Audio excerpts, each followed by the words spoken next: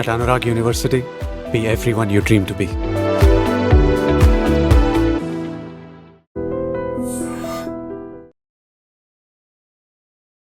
I dream చూస్తున్న ప్రేక్షకులందరికీ నమస్కారం. ఈరోజు మనతో పాటు ప్రముఖ ఆధ్యాత్మికవేత్త, ప్రముఖ జ్యోతిష పండితులు బ్రహ్మశ్రీ గుండెపూడి శివసుధీర్ శర్మ గురుగారు ఉన్నారు. మనతో మాట్లాడదాం. నమస్కారం గురుగారు. శ్రీమాత్రే నమః. శ్రీ గురుభ్యో నమః. గురుగారు, ఇంట్లో లక్ష్మీదేవి స్థిరంగా ఉండాలంటే మనం చేయాల్సిన నిత్య పూజా విధానం, దీపారాధన, అలాగే పాటించాల్సిన నియమాల గురించి వివరించండి. లక్ష్మీదేవి మన ఇంట్లో స్థిరంగా ఉండాలి అంటే ఇంట్లో ఉండేటువంటి ఇల్లాలు చాలా ప్రధానమైనటువంటి పాత్ర పోషిస్తుంది.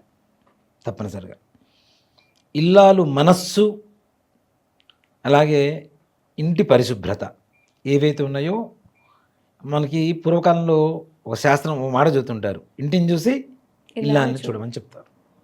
అంటే ఇల్లు పరిశుభ్రంగా ఉందంటే ఇల్లాలు గొప్పగా ఉంటుందని అర్థం. ఇంకా దాంట్లో చెప్పాల్సిన అవసరం లేదు, చూడాల్సిన అవసరం లేదు మనం. కాబట్టి లక్ష్మీదేవి స్థిరంగా మన ఇంట్లో ఉండాలంటే ఇల్లాలు మనస్సు పరిశుభ్రంగా ఉండాలి, ఇల్లు పరిశుభ్రంగా ఉండాలి తప్పనిసరిగా. దాంట్లో ఇంట్లో పూజ చేసేటువంటి ఆడవాళ్ళు, అంటే మీకేమంటే మీరు మాటలు చెప్తారు అనుకోవచ్చేమో, కానీ ఆడవాళ్ళు శారీరకంగా ఉన్నటువంటి దృఢత్వం మగవాళ్ళలో ఉండదు. ఆడవాళ్ళు చాలా స్ట్రాంగ్ ఉంటారు నాన్న. భగవంతుడు కొన్ని ఇప్పుడు ఆడవాళ్ళకు ఉండేటువంటి నెలసరి ఇబ్బందులు కావచ్చు, అలాగే పిల్లల్ని కనడం కావచ్చు, ఇలాంటివి మగవాళ్ళు భరించలేరు. అంటే వాళ్ళు శక్తిహీనులు, అంత శక్తివంతులు కారు. వీటిల్ని కూడా భరించేటువంటి శక్తి ఎవరి దగ్గర ఉంటుంది? కేవలం ఆడవాళ్ళకి మాత్రమే ఉంటుంది. అందుకనే భగవంతుడు సృష్టి కూడా ఆ విధంగా ఉందని చెప్తాను నేను. అంత గొప్పవాళ్ళు ఆడవాళ్ళు. ఆడవాళ్ళు అంటేనే ఆదిపరాశక్తులు. ఒక మాట చెప్పాలంటే అంత శక్తి, అంత సహనం, ఓర్పు, ప్రేమ అన్నీ వాళ్ళ దగ్గర ఉన్నంతగా ఇంకెవరి దగ్గర దొరకమనే చెప్తా. అందుకనే ఆడవాళ్లే ఇంటికి ఆధారం. మగవాడు ఎన్ని కోట్ల రూపాయలు సంపాదించి తీసుకొచ్చినా ఇంట్లో ఆడవాళ్ళు సవ్యంగా ఖర్చు పెట్టకపోతే ఇల్లు మొత్తం గందరగోళం అయిపోతుంది. మెయింటెనెన్స్ ఆడవాళ్ళు చేసేటప్పుడు అంతే కదా. దేనికి ఎంత ఖర్చు పెట్టాలో, ఎంత దాచిపెట్టాలో, దేనికి ఏ రకమైనటువంటి ఖర్చు పెట్టాలో ప్రతి ఒక్కటి వాళ్ళకి తెలిసినంతగా, వాళ్ళున్నంత ఆర్థిక శాఖ వాళ్ళు ఆడవాళ్ళు కనుక ఇంట్లో వహించగలిగినట్లయితే, కరెక్ట్గా వహిస్తే ఆ ఇల్లు ఎప్పుడూ ఆనందమయంగానే ఉంటుంది, లక్ష్మీ నివాస స్థలంగానే ఉంటుంది. దాంట్లో ఏమాత్రం కూడా సంశయం లేదు. మగవాడు సంపాదిస్తాడు, తీసుకొస్తాడు, ఇంట్లో పడేస్తాడు. ఇంట్లో ఆడవాళ్ళందరూ గందరగోళంగా ఖర్చు పెట్టేస్తే ఏమవుతుంది చెప్పండి? అవునా? కాబట్టి ఆడవాళ్ళది ప్రధాన పాత్ర ఇంట్లో ఉంటుంది తప్పనిసరిగా. ముఖ్యంగా ఆడవాళ్ళు ఇంట్లో దీపారాధన చేయాలా, మగవాళ్ళు చేయాలా అనేటువంటి విషయం కూడా చాలామందికి సంశయంగా ఉండేటువంటి విషయం. ఆడవాళ్ళు ఏమేం చేయాలి అంటే, ప్రొద్దున్నే నిద్రలేవగానే దంతధావన కాలకృత్యాలు నెరవేర్చుకొని స్నానం చేసిన తర్వాత అప్పుడు ఇల్లు ఊడ్చడం మొదలుపెట్టాలి. ఇల్లు చిమ్మటం అప్పుడు మొదలుపెట్టాలి. వాళ్ళు స్నానం చేసిన తర్వాత చాలామంది ఏం చేస్తారు? ఊడ్చుకొని బట్టలు ఉతుక్కొని మొత్తం చేసుకొని వంట చేసుకొని తర్వాత స్నానం చేసి ఫ్రెష్ అప్ అవుతారు. అది తప్పు. దానివల్ల కూడా రోగాల మయం అవుతుంది ఇల్లు. ఆడవాళ్ళు స్నానం చేయకుండా ఈ పనులు చేయడం వల్ల వాళ్ళ శరీరము, ఇంట్లో ఉండేటువంటి వాళ్ళ శరీర రుగ్మతలు, అనారోగ్యాలు పెరిగిపోతాయి. అంటే చాలా మందికి ఇది అనుమానం ఉంటుంది, అంటే స్నానం చేసిన తర్వాత ఇల్లు ఎలా ఊడుస్తాం తుడుస్తాం అంటుంటారు. మనం శుభ్రంగా, ఇప్పుడు మనం వేసుకునేటువంటి బట్టలు బాగుంటాయి, ఎదుటివాడి బట్టలు బాగుండాలనుకుంటాం. మనమే అపరిశుభ్రంగా ఉండి ఎదుటివాడు బాగుండాలని ఎట్లా చెప్పగలుగుతాం మనం? అవునా? కాబట్టి మనం శుభ్రంగా ఉండాలి. తర్వాతనే ఇల్లు చిమ్ముకోవటం. గ్యాస్ స్టవ్ వెలిగించడం కూడా స్నానం చేసిన తర్వాతనే వెలిగించాలి. పొద్దున్న బెడ్ కాఫీ తాగుతాడు మా ఆయన, లేస్తాను ఆ నైటీ మీదనే వెళ్ళిపోయి స్టవ్ వెలిగిస్తాను, కాఫీ పెడతాను, ఇస్తాను అంటే అది కూడా అలక్ష్మీ యోగం అనే చెప్తాను. ఇక్కడ నాన్న చెప్పుకోవడానికి కొన్ని రకాలైనటువంటి ఇబ్బందుల్ని మన వాళ్ళు ఏం చెప్పారు అంటే ఆచార వ్యవహారాలని చెప్పారు. అది చాలా సైన్స్తో కూడుకున్నటువంటి వ్యవహారాలు. రాత్రిపూట పడుకున్న తర్వాత భార్యాభర్తలు కలిసిన తర్వాత వాళ్ళ కొంత బ్యాక్టీరియా రిలీజ్ అవుతుంది శరీరం మీద ఉన్నప్పుడు. అదే బట్టల మీద వెళ్ళి స్టవ్ వెలిగించేసి కాఫీలు పెట్టి వంటలు చేస్తున్నప్పుడు ఈ బ్యాక్టీరియా దాంట్లోకి వెళ్ళిపోతే అనారోగ్యాలు వస్తాయా రావా? అవునా కాదా? దాంతోపాటు రాత్రిపూట తిన్న ప్లేట్లు, కంచాలు, గిన్నెలు ఇవన్నీ షింకులో పడేసి వదిలేస్తారు పొద్దున దొరుకుతామని. ఎప్పుడైతే రాత్రిపూట అవి ఇంట్లో ఉంటాయో దానివల్ల కూడా బ్యాక్టీరియా ఫామ్ అవుతుంది. అవదా? అవుతుందా కాదా? అవన్నీ వాటి మీద వాలిన ఈగలు మొత్తం మన ఇంట్లో అన్ని చోట్ల తిరుగుతూ ఉంటే మనం వండిన పదార్థాల మీద కూడా వాళ్తున్నప్పుడు మనకు రోగం వస్తుందా రాదా? రాత్రి అన్ని శుభ్రం చేసేసుకోవాలి. మరి ఐశ్వర్యంలో మొట్టమొదటిది ఆరోగ్యమే కదా. అష్టైశ్వర్యాల్లో మొట్టమొదటిది ఆరోగ్యమే. ఆరోగ్యమే మహాభాగ్యం అని చెబుతుంటాం కదా, అది బాగుండాలంటే ఇవన్నీ చేయాలిగా తప్పనిసరిగా. అందుకని తెల్లవారుజామున వీళ్ళు ఎప్పుడు లేవాలి ఇవన్నీ చేయాలంటే ముందుగా తెల్లవారుజామున 4 గంటలకు లేవాలి. ఇప్పుడు 4 గంటలకు లేచేవాళ్ళు ఎవరున్నారు చెప్పండి, ఒక్కడిని చూపించండి. ఉన్నారు. 6 గంటల కంటే ఉంటారు, 5:30, 6 కూడా లేకుండా 8 లేచేవాళ్ళు కూడా ఉన్నారు నాన్న. ఉన్నారు. అంటే ఇక పిల్లల వల్లనో లేకపోతే బాక్సులు పెట్టాలి, బ్రేక్ఫాస్ట్ చేయాలి, వీటి కోసం ఈ కొంచెం హడావుడి కోసం హడావిడిగా లేవడం తప్పితే హడావిడి కోసం లేస్తున్నారు తప్ప. నిజంగా నాకు టాటా మన రతన్ టాటా గారు చెప్పిన మాటలు కొన్ని బాగా నచ్చుతాయి నాన్న. ఆయన చెప్పింది ఏంటంటే, ఎప్పుడు నా బెడ్రూమ్లో నేను సూర్యుడిని చూడలేదని చెప్పాడు ఆయన. నా బెడ్రూమ్లో నేను ఎప్పుడు సూర్యుడిని చూడలేదని చెప్పాడు. అంటే సూర్యోదయానికి ముందుగా నిద్రలేస్తాడు. నిద్రలేస్తారు. నా బెడ్ మీద ఎప్పుడు నేను సూర్యుని చూడలేదని చెప్పాడు ఆయన. ఒకటే మాట, బెడ్ మీద ఉండగా సూర్యుడిని చూడలేదు అంటే ముందుగానే లేస్తాడనే కదా. సో ఆయన ఎదుగుదలకి ఎంత కారకం అవుతుంది అది, అంతే కదా. మరి వీళ్ళు ఎన్నింటికి లేచారంటే వాళ్ళ ఇంట్లో వాళ్ళు ఎన్నింటికి లేచి ఉంటారు ముందు, అది ఆలోచించాలి కదా తప్పనిసరిగా. సో కాబట్టి ఆడవాళ్ళు ముందు ప్రప్రథమంగా పొద్దున్న స్నానం చేయడం, తెల్లవారుజాము లేవడం, స్నానం చేయడం, దీపారాధనకు కావలసినటువంటి సామాగ్రి మొత్తం అన్నీ కూడా సర్ది ఉంచడం. ఆడవాళ్ళు దీపారాధన మగవాళ్ళు ఇంట్లో ఉన్నప్పుడు చేయకూడదు, మగవాళ్ళే చేయాలి ఇంట్లో దీపారాధన.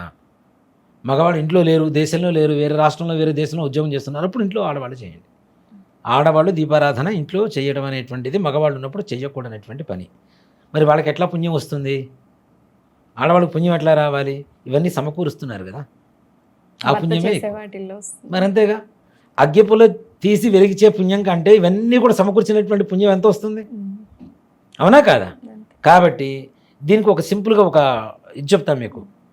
శ్రీకాళహస్తి పక్కనే ఈశ్వరుడి టెంపుల్ పక్కనే స్వర్ణముఖి నది అని ఒక నది ఉంటుంది, వినే ఉంటారు మీరు. శ్రీకృష్ణదేవరాయలు భార్య దక్షిణ శిఖరం కట్టించింది అక్కడ. ఆవిడ దక్షిణ గాలిగోపురం కట్టించింది.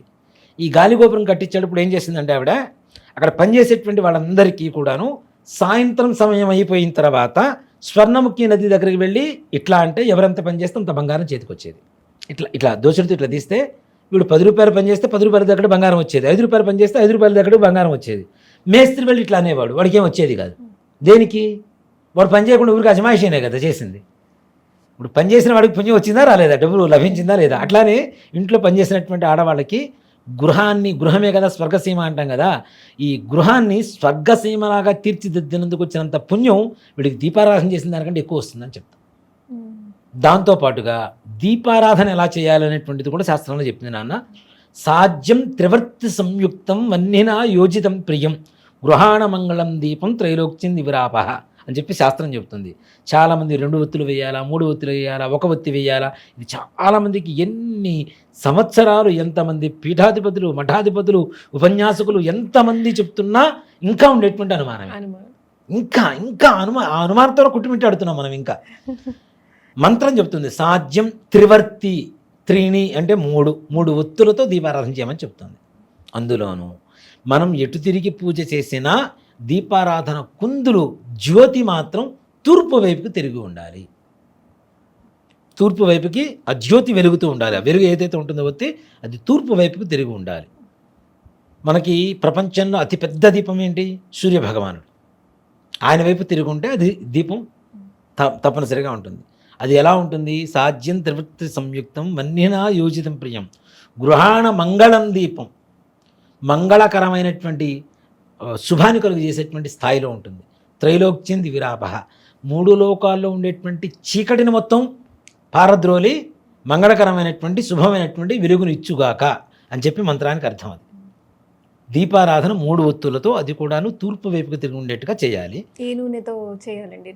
నువ్వుల నూనెతో చేయవచ్చు, ఆముదంతో చేయవచ్చు, కొబ్బరి నూనెతో చేయవచ్చు, ఆవు నెయ్యితో చేయవచ్చు. అంటే ఒక్కోదానికి ఒక ప్రత్యేకత ఉంటుందా గురుగారు, లేదంటే అన్నిటికీ అలా ఏం లేదు నాన్న. నువ్వుల నూనె సర్వసాధారణంగా మనం వాడుతూ ఉంటాం. మనకు ఉండేటువంటి గ్రహాలలో అతి భయంకరమైనటువంటి గ్రహంగా భావించబడుతున్నటువంటి శనీశ్వరుడికి ఇష్టమైనది నువ్వులతో వచ్చేటువంటి నువ్వుల నూనె. అందులోనూ ఒక ధర్మంలో ఏం చెబుతుందంటే, ఈ పత్తి ఏదైతే ఉందో మృత్యుకారకమైనటువంటి, మృత్యుంజయుడికి ఇష్టమైనటువంటిది, అపమృత్యువుకి ఇష్టమైనటువంటిది పత్తి. ఆ పత్తితో ఒత్తి చేస్తాం మనం. నువ్వుల నూనె దానికి ఇంకాస్త ప్రోత్సాహకరంగా ఉండేటువంటి, మృత్యు తొందరగా మన దగ్గరికి రావడానికి కారకుడు ఎవరు అంటే శని అని చెప్తుంటాం. కర్మకారకుడు అయినటువంటి శని అని చెప్తూ ఉంటాం. శని మారక గ్రహం అని చెప్తూ ఉంటారు ఎక్కువగా. ఈ శనికి ఇష్టమైనటువంటిది నువ్వుల నూనె.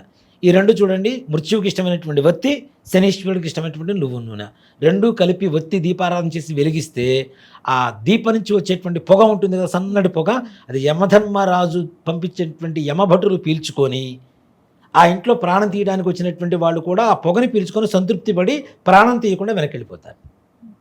ఒత్తుల్లో కూడా 2 రకాల పత్తులు ఉంటాయి. మామూలు పత్తి, పమిడి పత్తి అని ఒకటి ఉంటుంది. అసలు ఒత్తులు వాడాల్సినటువంటి పత్తి ఏంటి అంటే పమిడి పత్తి. పమిడి పత్తి అంటే ఎలా ఉంటుంది, గింజ గ్రీన్ కలర్లో ఉంటుంది, లోపల ఆ సీడ్ ఉంటుంది కదా, అది గ్రీన్ కలర్లో ఉంటుంది. ఇప్పుడు మామూలు పత్తి తీసుకుంటే ఇంత ఒక 2-3 గింజలు వచ్చేది తీసుకుంటే ఇంత పత్తి వస్తుంది. పమిడి పత్తికి పత్తి తక్కువ ఉంటుంది, చాలా తక్కువగా వస్తుంది మనకి. అంటే అది చాలా శ్రేష్టమైనది కాబట్టి తక్కువగా వస్తుంది. అది కూడా అన్ని చోట్ల దొరకదు, చాలా రేరుగా దొరుకుతుంటుంది. అలాంటి పత్తితో ఒత్తులు తీసుకొని దీపారాధన చేయడం ద్వారా ఇంకాస్త ఎక్కువగా పవిత్రత ఏర్పడుతుంది. ఇంట్లో లక్ష్మీదేవి స్థిరంగా ప్రశాంతంగా ఉంటుంది. ఆడవాళ్ళు మేము చేయలేకపోతున్నాం దీపారాధన అని అసలు ఆలోచించాల్సిన అవసరం లేదు, ఆవేశపడాల్సిన అవసరం లేదు. ఆడవాళ్ళు కూడా మగవాళ్ళ కంటే ఎప్పుడు నిత్యం వాళ్ళు చేసేటువంటి ప్రతి పనిలో లక్ష్మీదేవి నిమిడీకృతమై ఉంటుంది. కాబట్టి దీపారాధనకి మొత్తం సంసిద్ధం చేయడం అనేది ఒకటి. అన్నం వండగానే ఇంట్లో గ్యాస్ స్టవ్ ఉంటుంది కదా నాన్న, వెలిగిస్తారు.